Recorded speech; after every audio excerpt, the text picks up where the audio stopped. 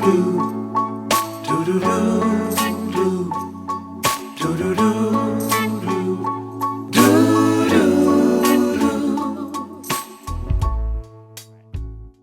everybody. I am Dave Lizotte, your host for Noticeably Invisible, and I am here and I'm feeling very humbled because I'm here with two very important and I would say pioneers in the field of developmental disabilities and, kind of our journey of where we've been and where we're going. So I'm here with Dave Ruppell, who is the founder of Perspectives Corporation here in Rhode Island, and a very important person here as well, Richard Rendini, who has a very long history and has seen many different settings for individuals who have been serviced with developmental disabilities, and also has had the honor of being in newspapers, right? The news, just a lot of different things. So thank you both for joining me today. No, you're welcome. We're glad to be here. Yeah. So I guess just to kind of give a little background, can you guys tell me how you both met? Good. I've been in the LAD center for years and years and years. And How since- old were you when you first went to the Oh, LAD Center? I think it was 8. 8 years 8 old? years old in the LAD Center. Yeah, And then how old were you when you left? I was like 13, I think. No, when you came to Kenyon Avenue, how old were Yeah. you? I think You I were an was- adult then, so you must have been 20, I was 20 years when I went there, yes. about that, yeah. Yeah. Yeah. And how old are you now, Richard? Can you tell us? 55 years old. How old? 55. You're lying. Tell me the truth. 75. 70. 75 years old. So you've been with us from the beginning. Yes. Because the beginning was 1977, so Yeah. you came out then. You've Yeah. been with us almost 50 years. So, Yeah. Richard, I read that you went to the LAD Center in 1958. Is that Yep. correct? Yep. I've been there twice. You went to that Twice? twice? Yeah. I was in 1960, 1958, and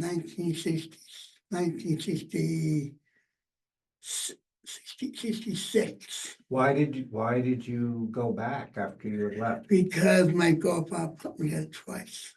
Because what? My godfather. Your Your godfather? godfather put you there twice? Because my mom used to hit me, beat me up. She used to hit me, scratch me, bite me like a dog. Ugh. So she Yeah, couldn't take care of you. yeah. And there was a lot of abuse prior. So you yeah. went to the LAD Center because they I thought that went- that would help you? I went there first. First it was called last. LAD school, Lab yeah. school. I went there first. That was lad. Then they see the name on it. They did, and then I used to cook down there. You cooked at Lad. Yep, You worked in the kitchen. yep. Oh. Big service building. Yeah. I got those signs, and I have them, still got them. And I Tell people what you mean by the signs. almost call a female dorm, male dorm, Higgins, Ranger. We have the 40 building, and No, but you said something that you have the signs. I took the sign of lad. You have the They gave sign them of the LAD. sign. They And gave you the those sign of are LAD. The signs I Yeah, have. Yeah. So, Richard, before we go on any further, I wanted to clarify something for people who might not be familiar with what LAD is. And Dave, maybe I can ask you as kind of a historian, what was LAD? What was the intention? What was the, Yeah. why did LAD Wait, exist? let me answer this, okay, Richard? Yeah, Ladd was started around early 1900s by a guy named Joseph Ladd. Mhm. And it was due to the change of Rhode Island from an agricultural world to the Industrial Revolution. And before the 1900s, it was mostly farmland. And if people had a developmentally disabled person, they lived at home and were part of the community. As people moved to the cities, there was a problem. Yeah. No brothers and sisters home. They were working at mills, and it all changed. So Dr. Ladd, he was a physician, decided he would buy a farm in Exeter, which became the Ladd Center. It was a big farmhouse, and the idea sort of recreating that agricultural world where people could have important jobs and still be part of the community. As the 20th century advanced, Ladd Center grew and grew and grew and kind of became a dumping ground. And people like Richard were stuck in there because they didn't have someone to take care of them, or people didn't want to deal with people with disabilities. And by the 60s, it was a very unpleasant place. Yeah. And at the same time, we had a huge Institute of Mental Health for people with mental health problems. Same thing. Locked wards, very poor care, no connection to the community. Okay. So in the 60s, the parents of a number of children sued the state and said, this is not working. And the judge actually entered into a consent decree with the state that they would close the institution. So that's when Richard came out for the final time and came to Kenyon Avenue was the first place, right? Yeah. Which was one of our first group homes that we had in the 70s. And it didn't close down. What year did Ladd close down? 92? Two. So I think so. Yeah. That the last person moved out. And then, yeah, they actually started tearing down the building so that it could never be used again. Yeah. So Richard, were you one of the first people to leave Yes. Ladd? Yes. And I got bigger and bigger. I got a lot of More people left, you mean? a lot of people left, and then I was living there first. Everybody was coming in. I got 200 people. There was 203. There was like 101. I think it got up to close to 700 people at one time. Yeah, Living But in they Ladd? at Ladd in wards. They had Wow. wards. They I filled. got a big book about it. Yeah. I do. Yeah. One of the staff made for me. I had to show it to you. I should have bought Yeah, it's okay. We can talk about that. Yeah, he's a bit of a historian Yeah. for Ladd. So that. Yeah. Richard, when you were at Ladd, what was it like? It was like a tuition. It was an institution. Yeah. How did they treat you? Not so good. Well, tell us the story. They did bad things to me. I was there. Okay. I was 8 years old. The thermostat coming, they got on top of me. They kind of did that. And a lot of bad things happened to me though. So a lot of bad things happened to you, and I'm going to assume you saw a lot of bad things happen to other people as well, Yeah. right? When I used to see the buildings, and I saw some more tenants, two other clients too. Mm-hmm. They did. Yeah. Yeah. So when you left Ladd and you went to the apartment, Yeah. what was that like? Were you scared? Was it, I'm sure it was exciting, but was it scary too because you hadn't done it? It was scary, very scary. Yeah. Very scary what they did to me and my friends. That's right, because you were leaving a lot of friends behind. Yeah. How many people lived at Kenyon Avenue when you moved out? So Was it like 9 or 10? No. 11. 11. 11 people. 10 people. Yeah, so significantly smaller, obviously, than Yeah. Ladd. What did you enjoy that? What was that experience like going to the Well, apartment? we had a canteen and dance down there. We used to have movies, Yeah. canteen dance on Fridays. No, on Thursdays we used to have a dance, a band. Then we used to have, Salty Brian used to come down there for the birthday parties. everything. Salty Brian and he's a Rhode Island legend. He was a Brian. big Yeah. supporter of developmentally Okay. disabled people, yes. Yeah, Salty Brian's come down. He was a radio personality? Yes, Yeah. yes. Yes. And you used to walk to work, right? From Yes. Kenyon Avenue up here. Yeah. Yeah. Years ago. Up I on was Willard young. Avenue. So you got to do a lot of new experiences, it sounds like, Yeah. when you went to And Perspectives. I used to go to church across the The street. church, yeah. Mhm. I used to go there. And I prayed for that church. I like that church. Yeah. Now, did you see Father Sabern once you were out? I saw him. Because he was the chaplain at Yeah, Lad Center yeah, before he him helped and, move people out. him and sister. Sister Antoinette. Tonight, yep. Yeah, There was him and me and some of the church there with him. yeah, yeah. Yep. Yeah, he's done some funerals for us too, because he Yeah. knows so many people. Yeah, he did. Yeah. Yeah. So, Richard, you were at the Lad Center, then you go into this apartment program. Yeah. How long were you in Perspectives? And Oh so I my know God. you've lived in a couple of different places in Perspectives, correct? Yeah. Can you tell us a little bit about Perspectives and what that experience has been? Kane Avenue. Yeah. Robin Street. In Narragansett. Yep. Robin Street. Mm-hmm. And I live Circle Drive. Circle Drive in North Kingston. Yep. And I live in Whipple. Whipple Drive Okay. Yeah, over there. Yeah. yeah. And then I live at the other house. What other house? Where you are now, you mean?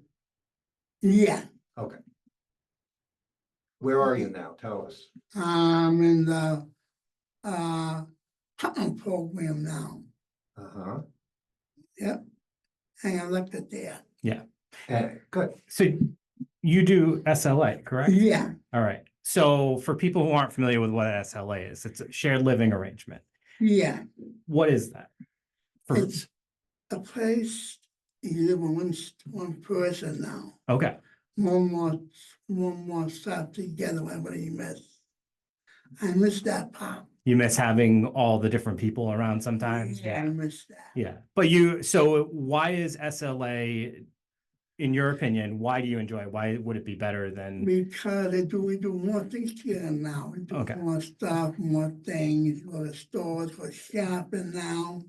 And we go to see the nuns.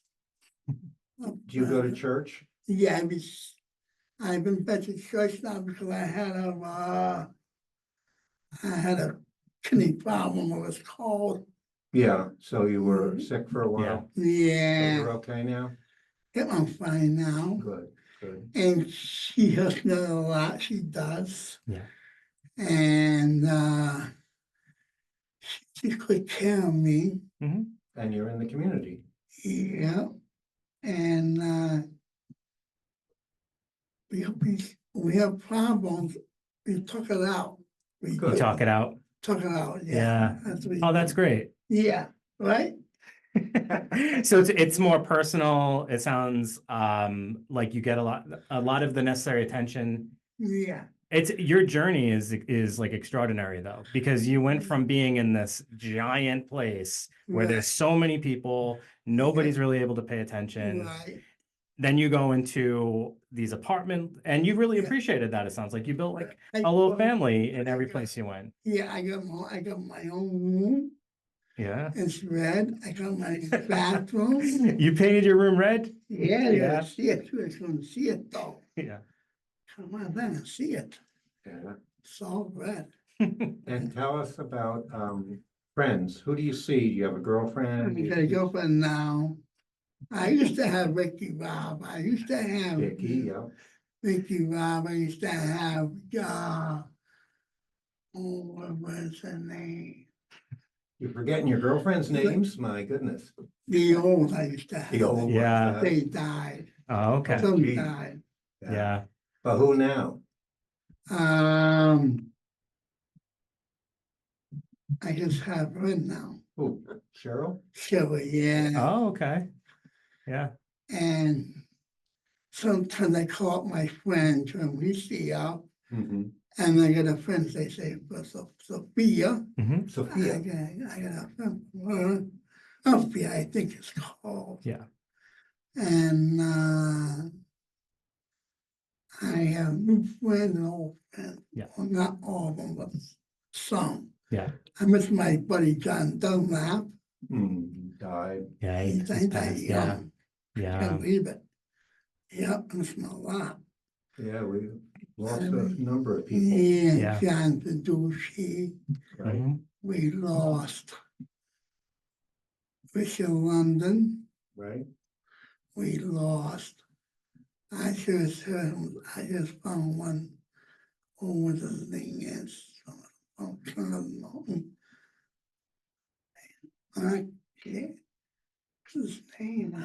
It's okay. Gene Snyder. Gene, right? Gene. Yeah. was, Oh, I with was us. familiar. From the very beginning. Yeah. Hey, what the feeling about it? Yeah. Yeah. I believe he used to work at LAD as well, and I think he used to give people shaves from the stories I've heard. Yeah. It's such an interesting thing being able to hear about that side of it, because a lot of people are familiar with the dark history of LAD. Like we hear a lot about all the negative things that happened, but Yeah.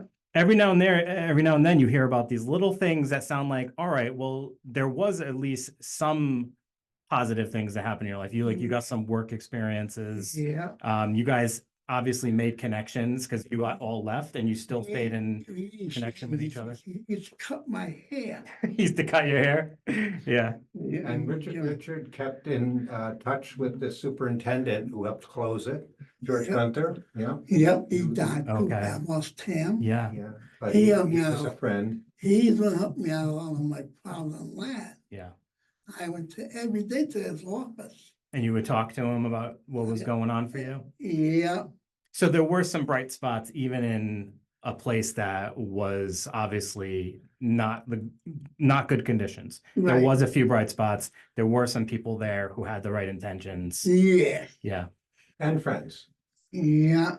Now, Richard, I first became familiar with you years ago when you did walking tours around LAD. I think we had a Yes. vigil for our agency. Yes. To take other clients for a walk. And Right. you would tell people about what each building was for and some of the history of the buildings. Yeah, the building was called. I guess they get the clients on the building to go walk on the grounds over there. Yeah. And I made a farm down the place to make. I think I was down there. We used to have fresh fruit, fresher than fresh over there. Fresher than fresh. Everything was fresh. Yeah. So now when you go, the buildings are gone. They're mostly Yeah, torn down. That must be weird. I got the pictures now. You got the pictures? You have the old pictures? Lots of pictures. Yeah. Yeah, Books full of them. yeah.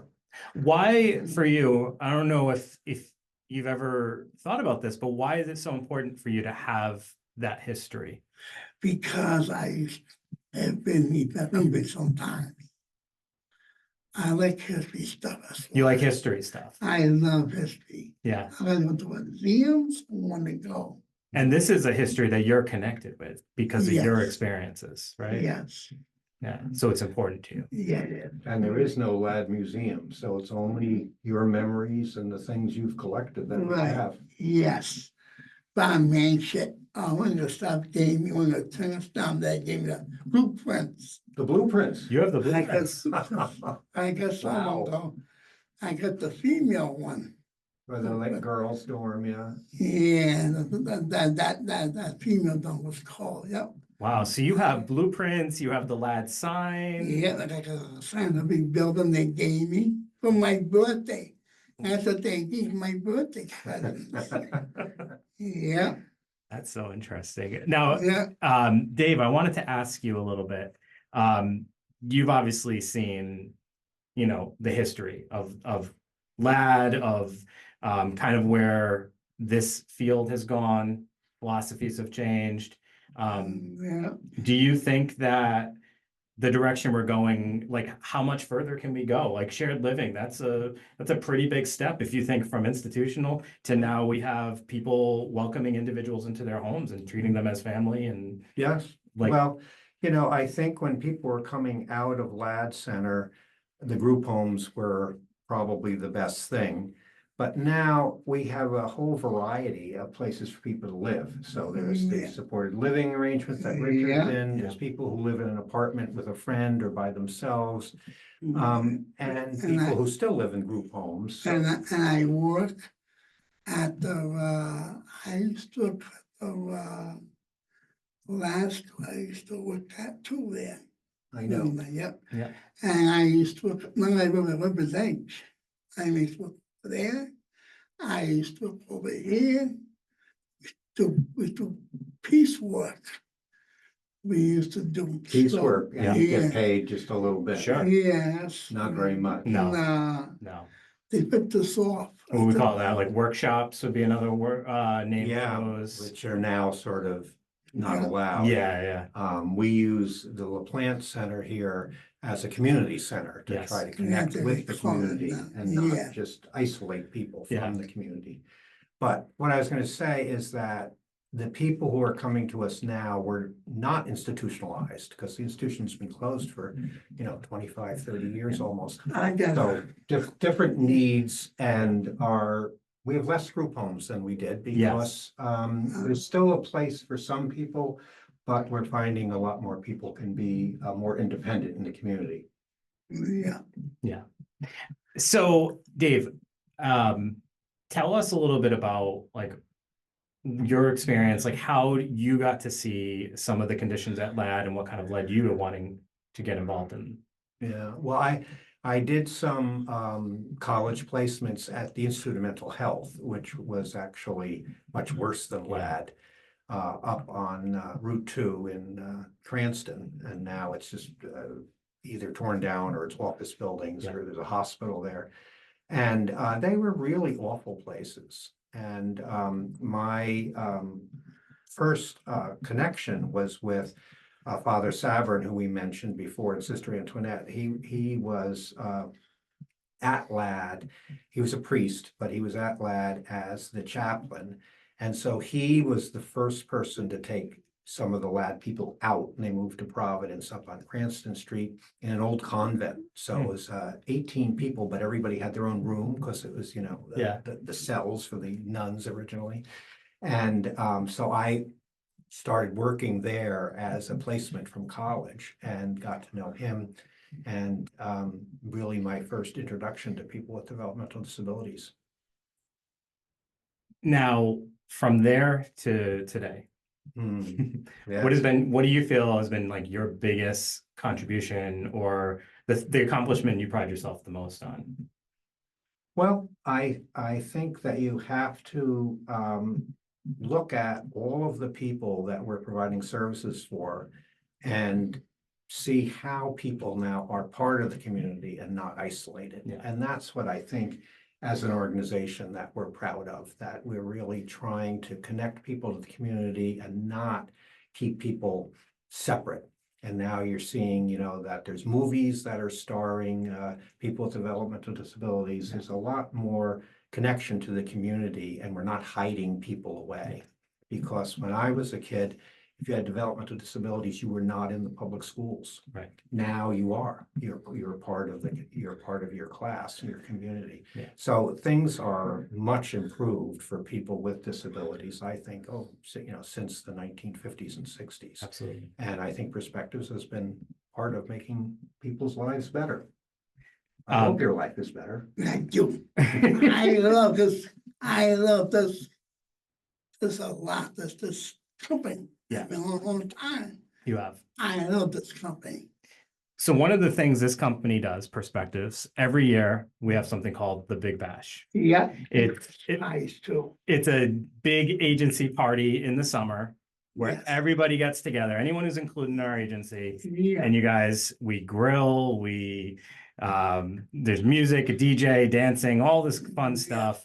And a special t-shirt is made Right. for every Big Bash. How many Big Bashes have you been to, Richard? Since 1977. Since Every one. 1977, you've been to every one. This was And you great. did something really cool. Yes. So we're going to show you for people watching. Okay, hang it out. This is a giant blanket that you have put together Yep.